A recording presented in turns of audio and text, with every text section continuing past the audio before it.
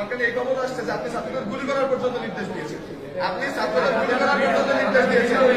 আপনারা যেদিনকে আমাদেরকে সাদা গাড়ির মাধ্যমে তুলে যাওয়ার প্ল্যান করছিলেন যে আপনাদের প্রশাসনের সিটিএসপির মাধ্যমে আমাদের তুলে নিয়ে যাবেন, সেদিনকে আমরা বলছি আমরা ভার্সিটির অথরিটি ছাড়া যাবো না।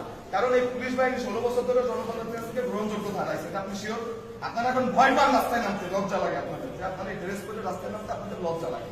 তার চেয়ে বড় কথা হচ্ছে আপনারা ওই দিনকে এস এম কামাল কিছু আতিপাতি নেতা এদের সামনে আমাদের সাথে খারাপ ব্যবহার করছে, আপনারা প্রশাসনের কেউ কি প্রতিবাদ করছেন? প্রশাসনের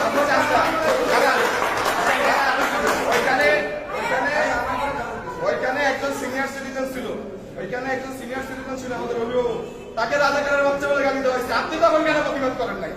আমি দাঁড়ান, আপনাদের প্রশাসন ছিল, দেখে আপনি একটু সামনে আসেন। লজ্জা করতেছে, সামনে আসেন, এখানে আসেন। প্রশাসনের চামচারা যারা আছেন এখানে বিশ্বতে খাওয়াবেন, এটা তো আমরা ভাবতে পারি। আমরা